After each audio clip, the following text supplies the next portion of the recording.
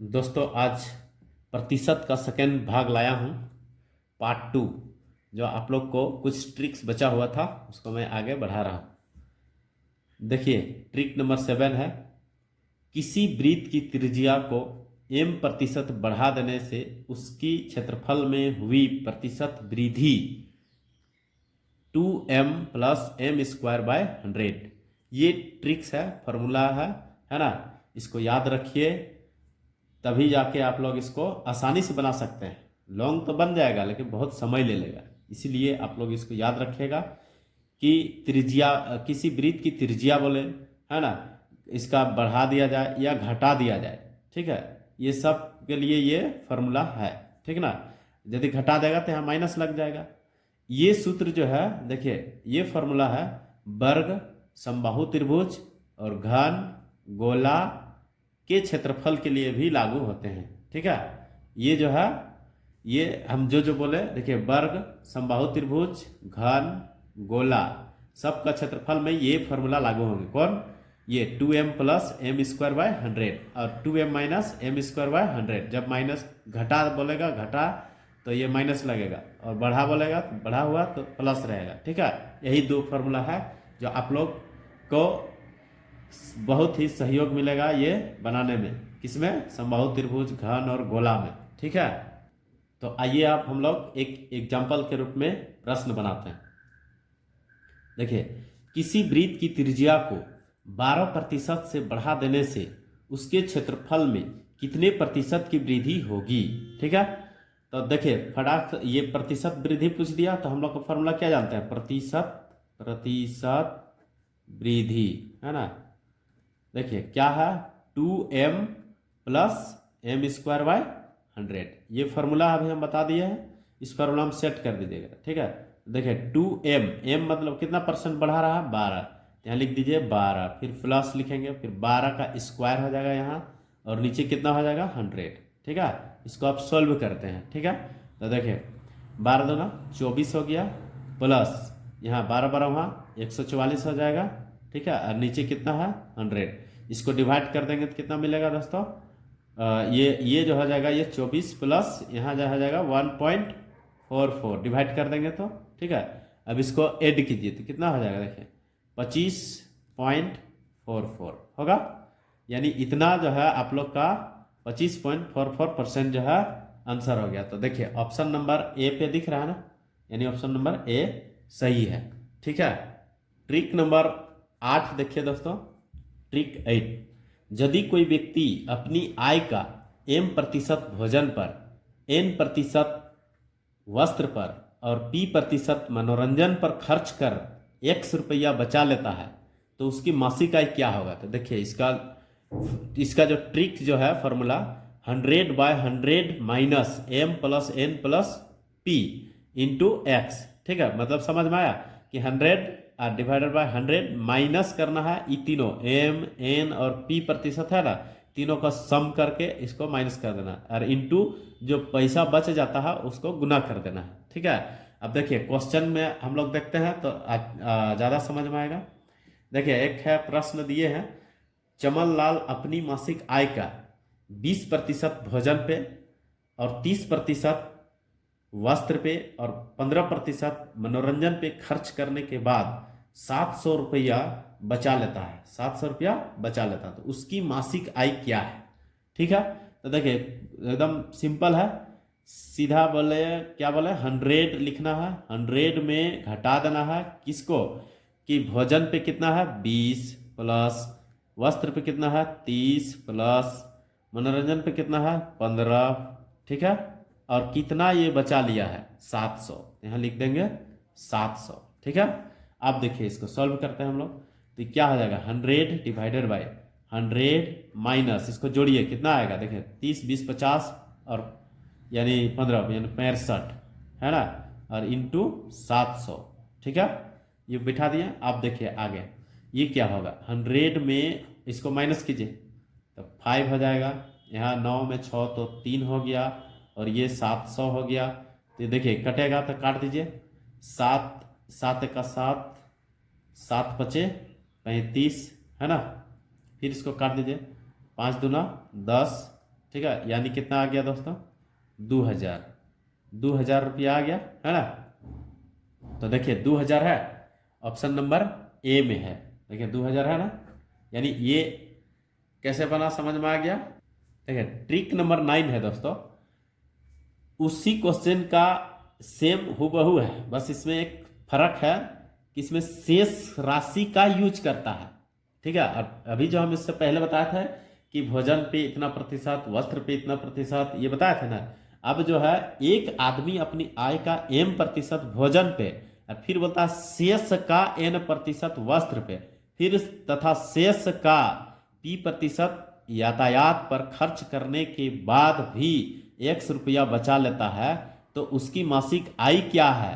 तो देखिए अभी हम पढ़े थे ट्रिक 8 में बताया था कि 100 में 100 minus P m plus P n plus P और इंटू जो शेष राशि।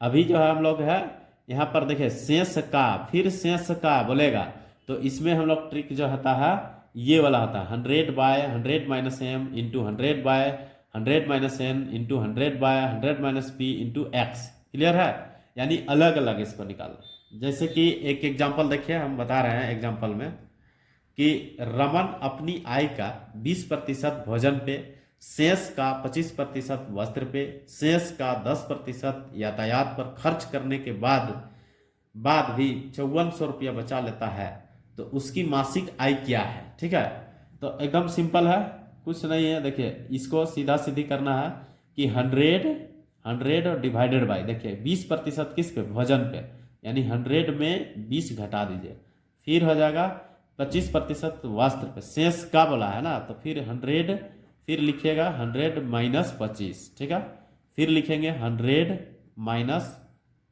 कितना 10% यातायात वाला 10, और कितना बचा लिया है दोस्तों, देखिए 5400, तो यहाँ लिख देंगे 5400। ठीक है, यहाँ तक कोई दिक्कत नहीं ना।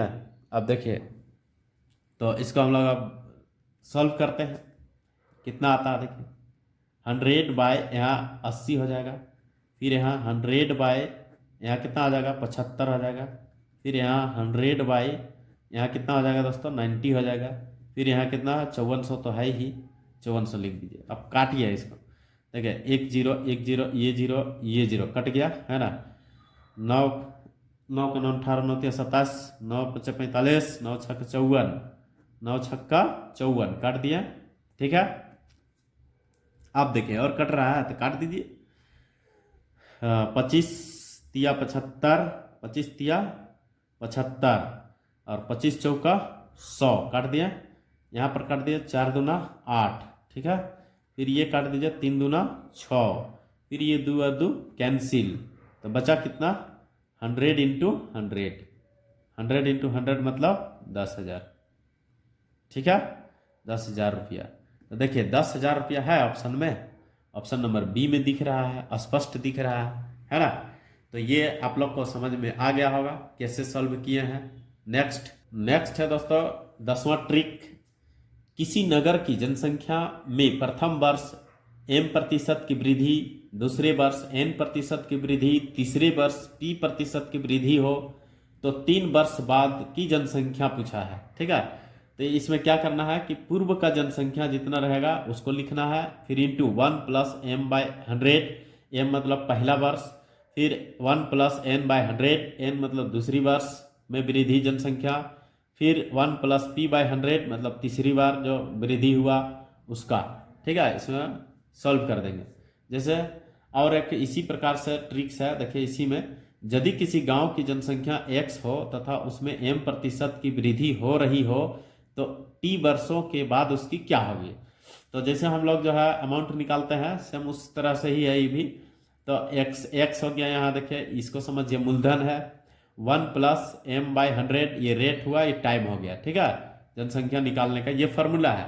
इससे अब हम लोग एक एग्जाम्पल देखते हैं तो अच्छा से समझ में आ जाएगा। देखिए एक नगर की जनसंख्या 50,000 है तथा इसमें 3 लगातार वर्षों में क्रमशः 5%, 10% और 20% की वृद्धि हुई, तो 3 वर्षों के बाद इसकी जनसंख्या क्या होगी, ये पूछा है 3 वर्षों के बाद क्या होगी। तो देखिए अभी हमने बताया कि जो पूर्व का जनसंख्या है कितना है 50,000, यहाँ बैठा दीजिए 50,000 बैठा दिए।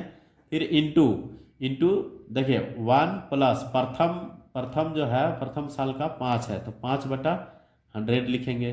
फिर ये इंटू क्या हो जाएगा दोस्तों 1 प्लस दूसरा 10/100, ठीक है। फिर तीसरा को कर दीजिए क्या हो जाएगा, तो ये हो जाएगा 1 प्लस कितना परसेंट है 20, तो 20/100 कर दिए, ठीक ना। अब ये बैठा दिए, अब इसको सॉल्यूशन कर दीजिए, जितना आएगा वही आंसर हो जाएगा। तो देखिए सॉल्यूशन में 50,000 यहाँ लिख दिया है ना, 50,000 इंटू इसको एलसीएम लीजिएगा, काट के छोटा कर सकते हैं और नहीं भी काट सकते हैं, तो इसको एलसीएम लेंगे तो कितना आ जाएगा 105/100 हो जाएगा। फिर इंटू ये 110/100 हो जाएगा। फिर इंटू ये 120/100 हो जाएगा, होगा ना। अब इसको काटिए तो देखिए 1 0 2 0 3 0 4 0, 1 2 3 4 काट दिया और एक यहाँ से कट गया, एक यहाँ से कट गया, सब कट गया है ना। अब बचा क्या, कुछ बचा है, इसको मल्टीप्लाई कर देंगे है ना, ठीक है। इसको लिख दीजिए कितना हो गया 5 गुने 105 गुने 11 गुने 12, यही ना बचा।